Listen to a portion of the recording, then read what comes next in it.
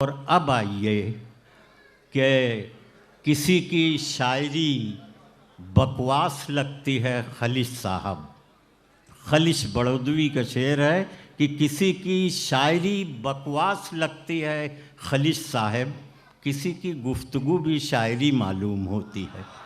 मैं उसे आवाज़ देना चाहता हूँ जो इंसानी नफ्सियात का माहिर है, ह्यूमन साइकोलॉजी का माहिर है, समाजी ज़िंदगी की नफ्सियात को समझने का खुदा ने उसे शऊर दिया है और ऐसी लफ्ज़ियात में इस्तेमाल करना कि वो लफ्ज़ियात नस्र की होती हैं मगर लुत्फ़ शायराना हुआ करता है। आइए जनाब संपत सरल से मुलाकात कीजिए। संपत सरल।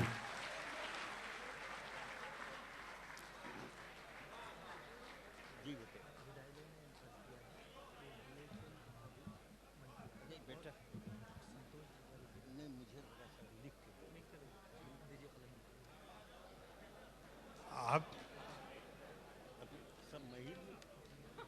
जो दाएं बाएं खड़े हैं, पीछे कुर्सियां खाली हैं, बैठो आराम से। खाली कुर्सियों के बावजूद लोग खड़े हैं। दरअसल हिंदुस्तानी आदमी ऐसी किसी चीज पर बैठना ही नहीं चाहता जिस पे लेट नहीं सकता हो।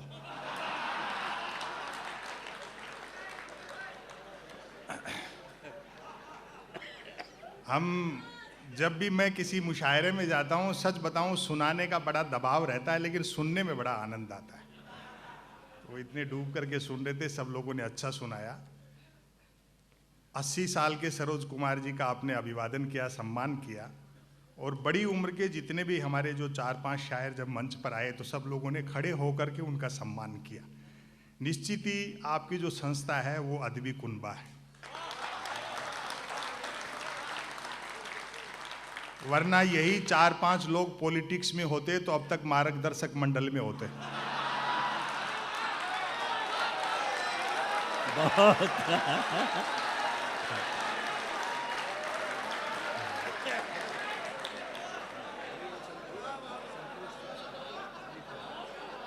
बड़ा आप अच्छा सुन रहे हो,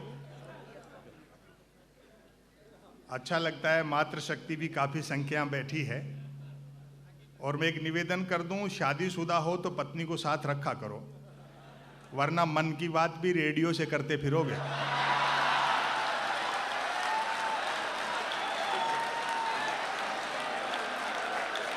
वाह वाह वाह वाह, क्या कहने भाई, वाह जिंदाबाद। वो तंज विधायक, लतीफ़ किसे कहते हैं ये संपत जी को सुन के समझ में आता है कि तंज लतीफ़ किसे कहा जाता। बहुत अच्छा। वो विधायक महोदय थे, चले गए। मुझे नहीं मालूम किस पार्टी के थे। अभी पिछले दिनों मैं ऐसे सामने विधायक बैठे थे, ऐसे पूछ लिया मैंने कि साहब कांग्रेस में हो क्या? बोलो ना, मैं बीजेपी में हूँ, कांग्रेस में घंटे भर पहले था। बड़े बहुमत वाली पार्टी भी अगर इतना आत्मविश्वास गिर जाए और कांग्रेस में तोड़ फोड़ करती है, हो सकता है अगले चुनाव में बीजेपी का चुनाव चिन्ह हो हाथ के पंजे में कमल का फूल।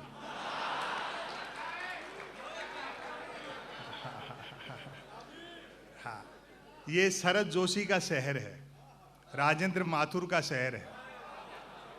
वो पत्रकारिता का दौर आप याद करो जब नववार टाइम्स के अंतिम पेज पर बाएं कोने पे प्रतिदिन छपता था और अखबार वहां से शुरू होता था।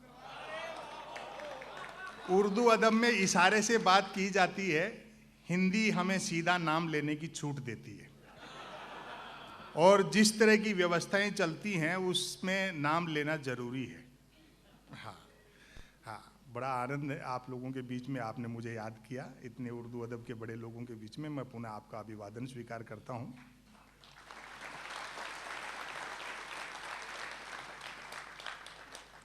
विकास का एजेंडा कह करके आए थे, कुर्सी मिलते एजेंडे के विकास में लग गए।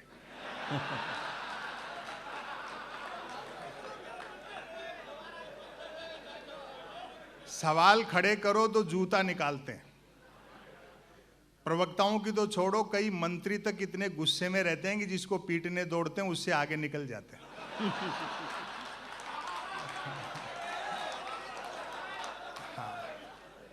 देश में मूर्खताओं से बड़ी चहल पहल है।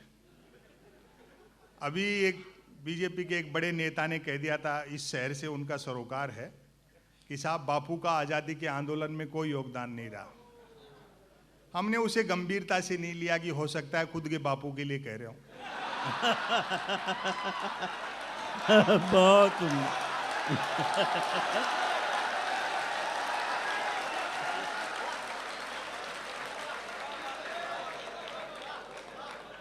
फिर एक उन्हीं की सरकार के प्रदेश के एक स्वास्थ्य मंत्री ने कहा, गांधी का कद किस तरह से छोटा किया जाता है, जो राष्ट्रपिता है।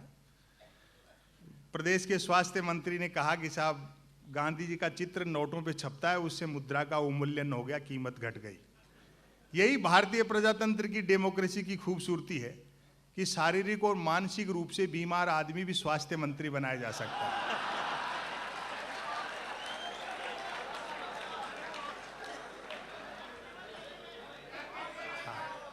आपको ध्यान होगा बाबा रामदेव पर जब लाठीचार्ज हुआ रामलीला मैदान में, तो भाजपा ने राजघाट पर धरना प्रदर्शन किया। आज की सम्मानीय विदेश मंत्री आदरणीय सुषमा स्वराज जी ने उसमें डांस किया था। ये गांधी को लेकर कितने गंभीर हैं। सुषमा स्वराज जी का डांस देखकर राजघाट पर मेरे ख्याल गांधी जी ने भी सिर पीट लिया होगा कि यार मैंने अंग्रेजों से लड़ाई स्वराज के लिए लड़ी थी, सुषमा स्वराज के लिए लड़ी थी।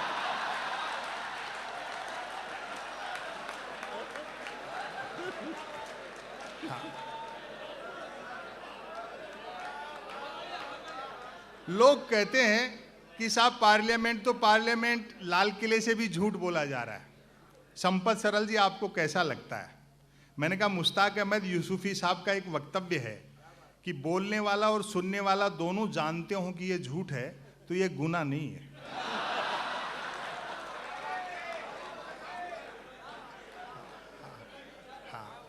कार्यक्रम का समय 7 बजे का था, आप थोड़ा देर से शुरू कर पाए, और सरोज कुमार जी भी एक शायर को सुन करके चले गए थे। उम्र का तकाजा भी हो सकता है। बाकी जिसको सम्मान करो उसको अंत तक बिठाना हो तो चेक सबके लास्ट में दिया करो।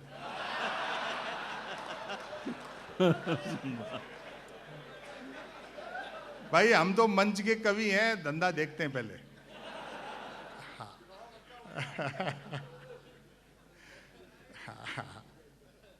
ये कार्यक्रम 2-1 साल में सारे देश के कार्यक्रम समय से शुरू हो जाएंगे जब देश में बुलेट ट्रेन चल जाएगी। सुनते हैं कि उस बुलेट ट्रेन का किराया भी कम होगा और वो सवारियां लेने भी घर घर जाएगी। और आदरणीय प्रधानमंत्री जी ने बड़ा दिमाग से काम लिया, जिसको कहते हैं ना हिंदुस्तानी दिमाग। जापान से कर्जा भी 50 साल के लिए लिया बुलेट ट्रेन के लिए। वो जानते हैं 50 साल बाद न देने वाले बचेंगे न लेने वाले बचेंगे। और बाय द वे किसी जापानी को अपना कर्जा याद रह भी गया 50 साल बाद, वो और मांगने के लिए जैसे बंबई उतरेगा, अपन उन्हीं की बुलेट ट्रेन में बैठ करके अहमदाबाद निकल लेंगे।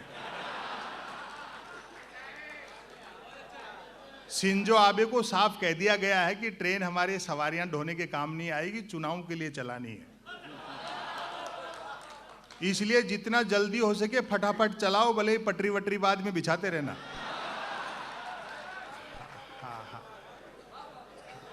मुझे अटपटा लगता है विपक्ष जब किसी एक आदमी को टारगेट करता है। हमारे आदरणीय प्रधानमंत्री जी की डिग्री पे सवाल उठाए गए, मुझे अच्छा नहीं लगा।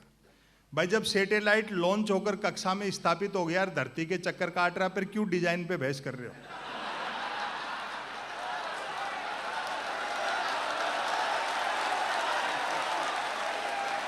भाई बहुत अच्छे। हालांकि डिग्री से अनुभव बड़ा होता है, डिग्री से अनुभव बड़ा होता है। मैं ऐसे कई लोगों को जानता हूं जिन्होंने एजुकेशन लोन लेकर आईआईटी की थी, फिर उस लोन को चुकाने के लिए उनको आईटीआई करनी पड़ी। बाद में उनके पार्टी के 2 बड़े नेताओं ने बाकायदा प्रेस कॉन्फ्रेंस करके प्रधानमंत्री की डिग्रियां दिखाई। वो डिग्रियां दिखाने के बाद में विरोधियों का मुंह बंद हुआ कि हमारे आदरणीय प्रधानमंत्री ने न सिर्फ एमए कर रखा है बल्कि बीए भी कर रखा है। बहुत अच्छा।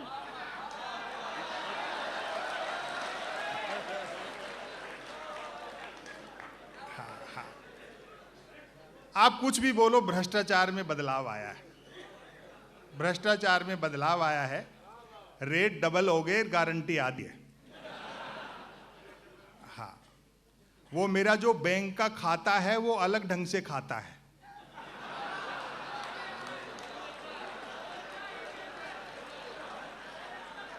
मैं तो आज स्टेशन से होटल तक पहुंच रहा था, जो सज्जन लेने गए उनको यूं ही पूछ लिया, मैंने कहा होटल के रास्ते में कोई बैंक तो नहीं पड़ेगा? इतना पूछना था कि मेरे खाते से 5 रुपए कटने का SMS आ गया।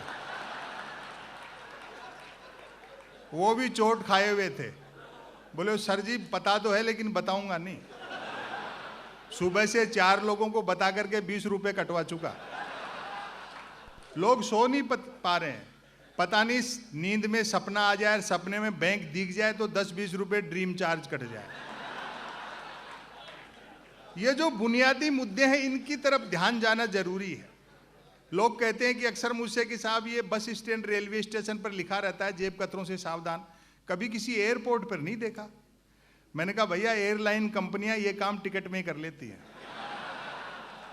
इससे ज्यादा आर्थिक तरक्की क्या होगी कि एक सज्जन की 50,000 रुपए की कंपनी 16,000 गुना बढ़ गई।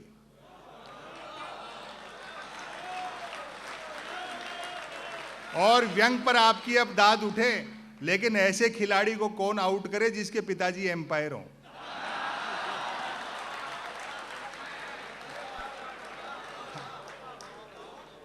यही मेरे व्यंग्यों के विषय हैं। कोई भी कवि, शायर, कलाकार, पत्रकार हर सरकार का स्थायी विपक्ष होता है। इसलिए ये नहीं देखना कि हम इस सिस्टम पर बोल रहे हैं, कल वो थे तो उन पर बोले, आज इनसे सवाल कर रहे हैं, कल दूसरे आएंगे तो उनसे पूछेंगे। ये हमारी नैतिक जिम्मेदारी बनती है। अगर आज नहीं बोलेंगे तो कब बोलेंगे? मैं शरद जी की तरह गद्य पढ़ता हूं। हाँ, देख के पढ़ते हैं।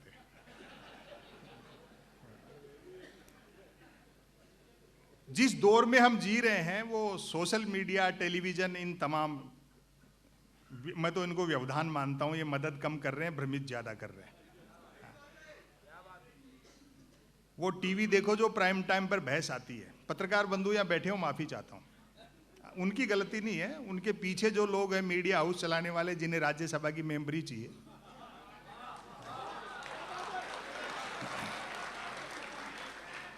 अमूमन 4 जन बहसी आते हैं टीवी पे।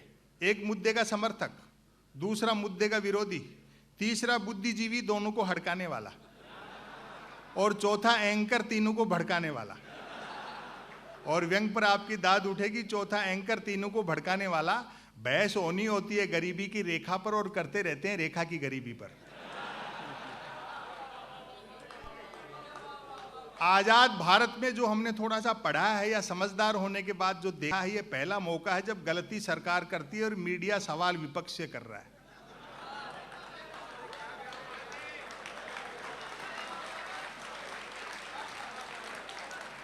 कुछ एक मीडिया के एक भाग को अपवाद स्वरूप छोड़ दें तो हालत यह है कि प्रधानमंत्री कदम ताल करते तो मीडिया उसको मार्च पास्ट लिखता है। ये मीडिया दिखता दिए के साथ है लेकिन है हवा के साथ।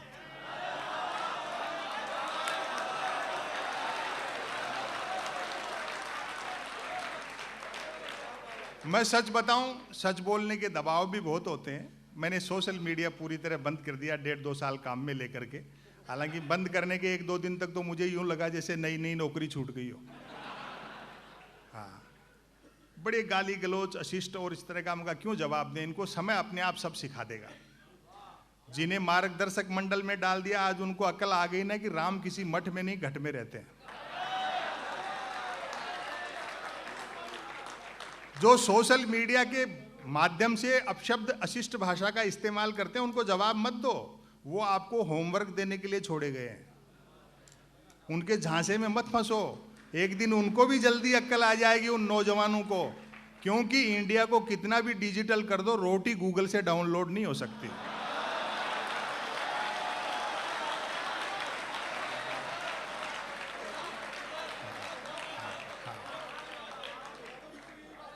उनके कुतर्कों में झांसे में मत उलझो कि उम्रे दराज मांग कर लाए थे 4 दिन, 2 टेलीविजन ने लील लिए, 2 इंटरनेट ने। यदि किसी ने 140 अक्षरों तक की नेकी कर डाली हो तो उसको फेंकने के लिए ट्विटर से बेहतर दरिया नहीं है। जो कुछ नहीं कर सकता है वह भी ट्वीट कर सकता है, और एक बार जो ट्वीट करने लगता है फिर वो कुछ नहीं कर सकता। पता नहीं इसको सोशल मीडिया क्यों कहते हैं। हजारों किलोमीटर दूर बैठे आदमी से तो हम चैटिंग से जुड़ना चाहते हैं, लेकिन बस ट्रेन फ्लाइट में सफर करते हैं तो कोशिश रहती है बराबर वाली सीट खाली रहे। मैं तो सोशल मीडिया का लोहा उस दिन मान गया जब एक सज्जन ने यूट्यूब पर मेरी एक ही क्लिप को साल में 100वीं बार सुना और नीचे गाली लिखी, लानत है संपत सरल को, नालायक ने साल भर से रचना तो छोड़ो कपड़े तक नहीं बदले।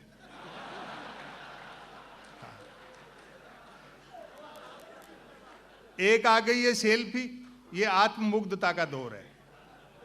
मैं देखता हूं कई महिलाएं अपनी सेल्फी ले लेकर के हर 10, 15, 20 मिनट में सोशल मीडिया पे अपलोड करती रहती हैं। आपको सच बताऊं, उन सुंदरियों के चेहरे देखकर मेरे मन में वही भाव आते हैं जो कभी दर्पण में पद्मनी का चेहरा देख करके अलाउद्दीन खिलजी के आए होंगे। और व्यंग पर आपकी दाद मिले, जहां मेरी दृष्टि गई बड़े धोखा हुआ, वही सुंदरियां मुझे आमने सामने साक्षात मिल गई। जिनको पद्मनी समझता रहा वो तो खुद अलाउद्दीन खिलजी निकली।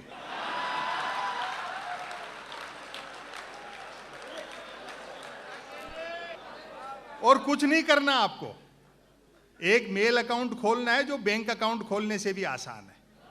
बैंक अकाउंट खोलने के लिए कुछ तो आधार चाहिए, मेल अकाउंट तो निराधार व्यक्ति भी खोल सकता है। बाकी 3 जरूरी चीजें हैं, एक स्मार्टफोन, नॉन स्टॉप इंटरनेट और निठल्लापन।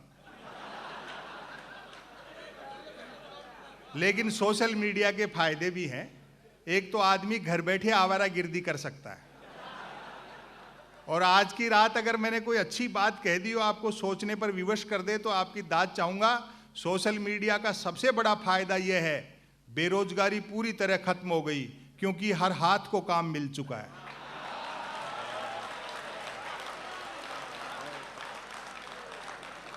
ऐसे दौर में आप कवियों को, शायरों को बुलाते हो, इतनी बड़ी महफिल जुटाते हो, ये बधाई का काम है।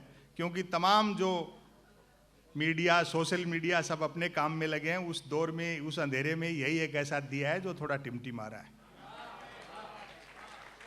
एक रचना मैं आपको सुना देता हूं। आशावादी रहना चाहिए आदमी को। देश में कोई असहिष्णुता नहीं है, जबरदस्त हास्य का माहौल है।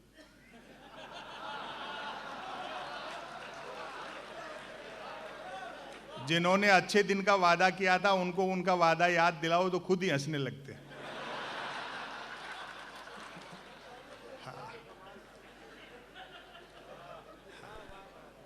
मैं एक रचना आपको सुनाता हूं, ये गांव को लेकर के। यहां जितने बैठे हैं उनमें से कईयों ने शरद जोशी जी को सुन रखा होगा। सरोज कुमार जी का एक योगदान ये भी बहुत बड़ा है। शरद जी व्यंग लेखक तो थे, लेकिन मंच पर लाने का श्रेय सरोज कुमार जी को ही था। वाह वाह। उन्होंने उनको उत्साहित किया। बाद में वो चकल्लस से व राम अवतार चेतन जी के यहाँ से गद्य पढ़ा, और वो पढ़े, इसीलिए आज मैं पढ़ पा रहा हूँ। नहीं, मुझे कोई नहीं सुनता, आपको बताऊं। हाँ। शहर में रह करके गांव को रूमानी चश्मे से देखना अलग बात है। गांव अब वैसे नहीं है। भारतीय गांव की जो स्थिति है, वहीं से मैंने एक लेख निकाला, सुनिए साहब। वैसे तो ये सारी चीजें यूट्यूब पे पढ़ी हैं, लेकिन लाइव सुनने का अपना एक अलग आनंद है। यूट्यूब पे सुन करके आप हंस सकते हो, ताली नहीं बजा सकते।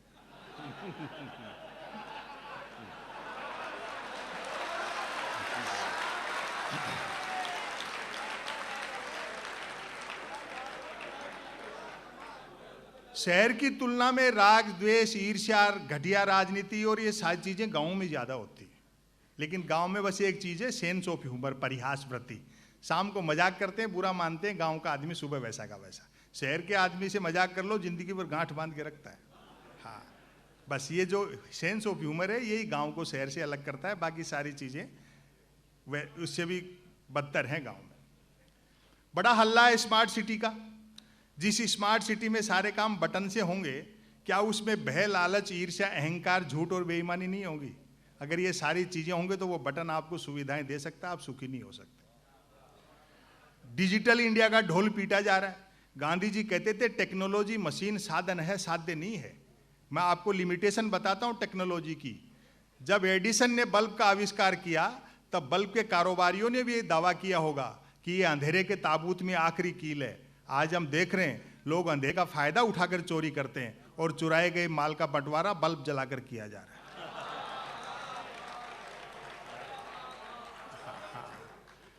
तो उसको साधन की तरह इस्तेमाल करो। सच्ची चीजें हैं, मनुष्य की संवेदना, उसकी करुणा, उसका मेल जोल, उसके सद्भाव, सच्चाई, ये सारी चीजें रहनी चाहिए। देखें सर,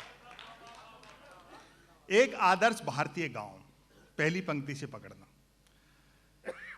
आज भी जो ये मानते हैं कि भारत की आत्मा गांवों में बसती है, मेरे ख्याल से उन्होंने गांव उतने ही देखे हैं जितनी की आत्मा।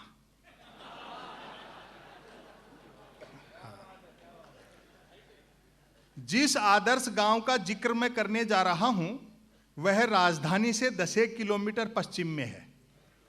चूंकि रास्ते में शराब के कई ठेके पड़ते हैं, अतः यह दूरी घटती बढ़ती भी रहती है।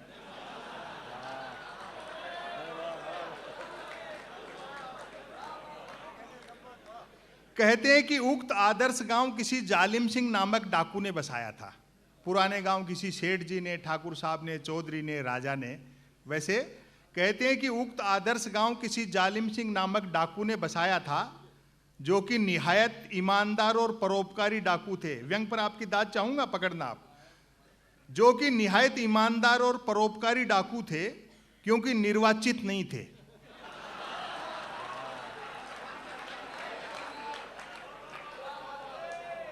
हालांकि बाद में उन्होंने भी डाकू जीवन से वीआरएस लेकर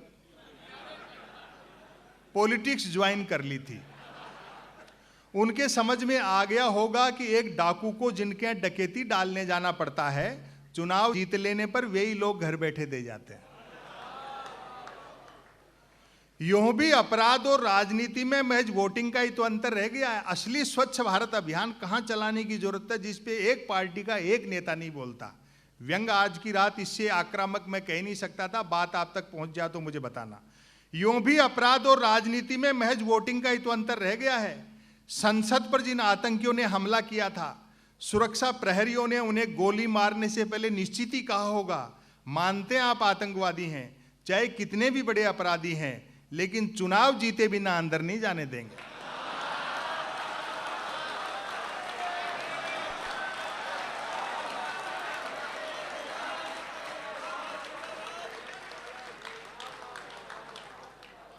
आदर्श गांव में 10 दिशाएं, 3 मौसम, 12 महीने और 7 वार सब होते हैं। बस एक तो गांव के उत्तर में किसी भी साइज का कोई हिमालय नहीं है, और दूसरा गांव 3 तरफ से समुद्र से घिरा हुआ नहीं है। गांव वालों का दावा है कि डाकू जालिम सिंह जी 2-4 दिन भी और जीवित रह लेते तो आज ये दोनों चीजें भी गांव में होती।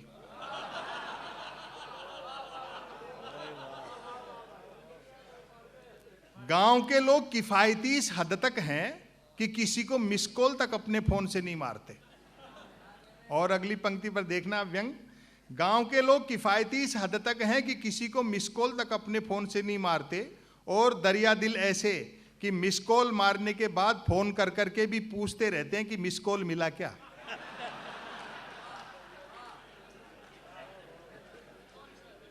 गांव में कुल 13 पर्यटक स्थल हैं। बैठ साहब, कोई बात नहीं, लोग धीरे धीरे आ रहे हैं, सोच के चलो अब तक तो खत्म हो ही गया होगा।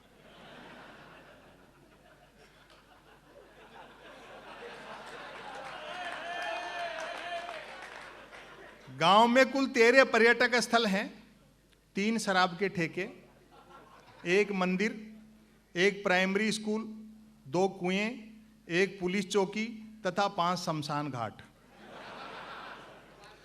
सरकारी ठेकों के बावजूद हस्तनिर्मित शराब को ही प्रायोरिटी दी जाती है, ताकि ग्लोबलाइजेशन के इस भीषण दौर में भी स्वदेशीपन बना रहे।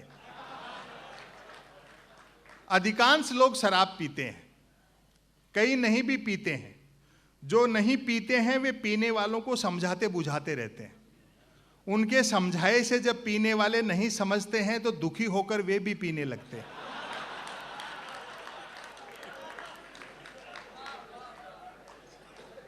लोगों में सरकारी नौकरियों के प्रति बड़ा मोह है। सबका प्रयास रहता है कि काम ऐसा हो जिसमें काम न हो। जहां तक मेहनत मजदूरी का सवाल है, मेहनत करने वाले को मजदूरी नहीं मिलती और जिसे मजदूरी मिल जाती है वह मेहनत बंद कर देता है। एक शब्द का आनंद लेना, सबके आपसी संबंध गठबंधन सरकारों जैसे हैं, अर्थात स्वार्थ ही दो लोगों को जोड़ता है। उम्र का फासला भी रिश्तों में बाधक नहीं बनता। दिन में जो बेटे का क्लास फेलो होता है, शाम को वही बाप का ग्लास फेलो होता है।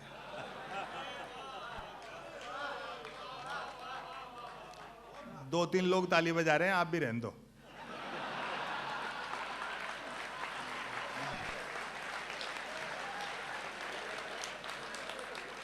नहीं, ऐसे लगता नहीं जैसे पूरी भीड़ का लोड दो तीन लोगों पे आ गया हो। गांव में जब से हैंडपंप लगे हैं, दोनों कुएं शर्त लगाकर कूदने के काम आ रहे हैं। स्कूल उतनी ही देर चलता है जितनी देर मिड डे मील चलता है। पुलिस चौकी को लेकर मतभेद हैं कि अपराध बढ़ने से चौकी खुली है या चौकी खुलने से अपराध बढ़े। क्या कहने, वाह वाह वाह वाह, जिंदाबाद। 5 शमशान घाटों से स्वतः सिद्ध है कि गांव में 5 जातियां रहती हैं। इस बात का पूरा ध्यान रखा जाता है कि मनुष्य के मरने के बाद भी उसकी जाति नहीं मर जाए।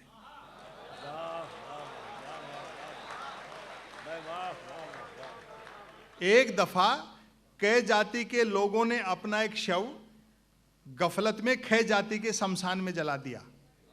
बात ऐसी बिगड़ी कि खे जाति वालों ने तुरंत अपना एक व्यक्ति मारा।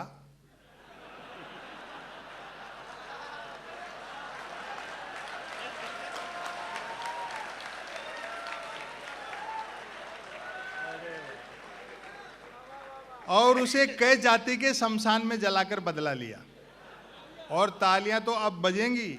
अंततः लोकल विधायक ने दोनों जातियों से 2-2 लोग मरवाकर उनके अपने अपने शमशानों में जलवाए, तब जाकर शांति हुई। वाह वाह वाह वाह। एकमात्र मंदिर का निर्माण भी डाकू जालिम सिंह जी ही करा गए थे। और मैं तो कहता हूं साहब, जिस देश में शिक्षण संस्थाओं से ज्यादा धर्म स्थल होंगे, वहां क्या अच्छे दिन आएंगे।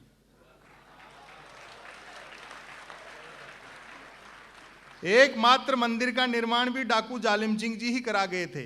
था है कि एक रात सपने में उन्हें एक साधु ने ताना मार दिया था कि मूर्ख, लूट का माल यूं ही नहीं पचेगा, थोड़ा दान धर्म भी करना सीख।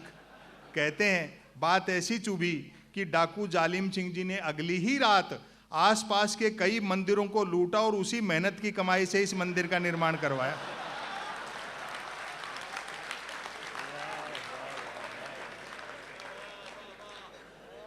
घरों में 2 चीजें सबके यहां फाइनेंसित हैं, मोटरसाइकिल और टेलीविजन। मोटरसाइकिल इसलिए कि गांव सड़क मार्ग से शहर जा सके, टेलीविजन इसलिए कि शहर आकाश मार्ग से गांव जा सके। टीवी ने तो ज्ञान के क्षेत्र में क्रांति कर दी। कक्षा में मास्टर जी महाभारत के रचयिता का नाम पूछते हैं तो बच्चे BR चोपड़ा बताते हैं। हम लोग इतिहास भी ढंग से नहीं पढ़ते। ये तो तमाम फिल्मों के और जो विवाद चलते हैं, ये कविता को इतिहास मानो तब होते हैं सारे। लेकिन देश की जनता है, जब अपना काम नेता सिद्ध कर लेते हैं उसके बाद समझाएं तो लोग समझ जाते हैं। जैसे अभी समझा देंगे चुनाव के बाद में कि भाई पद्मावती विवाद बेकार था, सब ठीक ठाक हो गया। समझाने से समझ जाते हैं। वो गांव में से क्या सड़क निकल रही थी तो गांव वाले इकट्ठे हो गए, बोले भैया सड़क वड़क नहीं निकलने देंगे, हमारे क्या ढोर डंगर है, पशुधन। अगर कल को कोई चोर चोरी करके ले जाए तो हम तो उसके कदम जो फुटप्रिंट है खोज, ना जानवरों के नहीं मिलेंगे ना चोर के मिलेंगे। हम सड़क नहीं बनने देंगे चाहे जान चली जाए। साहब उस कंपनी के लोग इकट्ठे हुए, गांव वालों को इकट्ठा किया, कुछ खिलाया पिलाया और उनको समझाया, तुम गांव के देसी लोग हो, उल्टे घड़े की पिया है इसलिए उल्टा सोचते हो। मान लो बाई दिवे तुम किसी के यहाँ चोरी कर लाओ,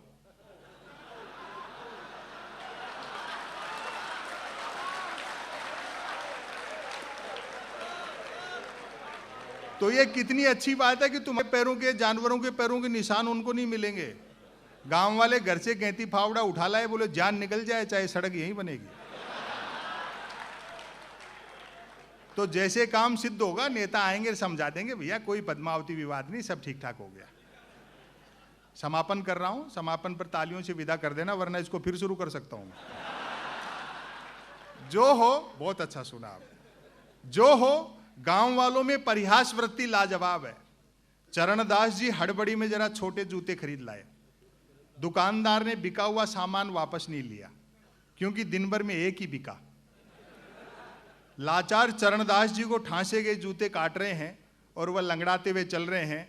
रास्ते में टकरा गया रामधन, पूछ बैठा, चरणदास जी ये जूते कहां से मार लाए, मतलब कितने के पड़े?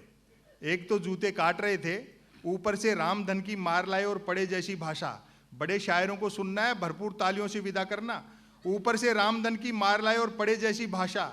चरणदास जी ने झल्ला कर कहा, पेड़ से तोड़े। रामधन बोला, महाराज कच्चे तोड़ लिए। बहुत अच्छे, क्या कहने, वाह वाह वाह।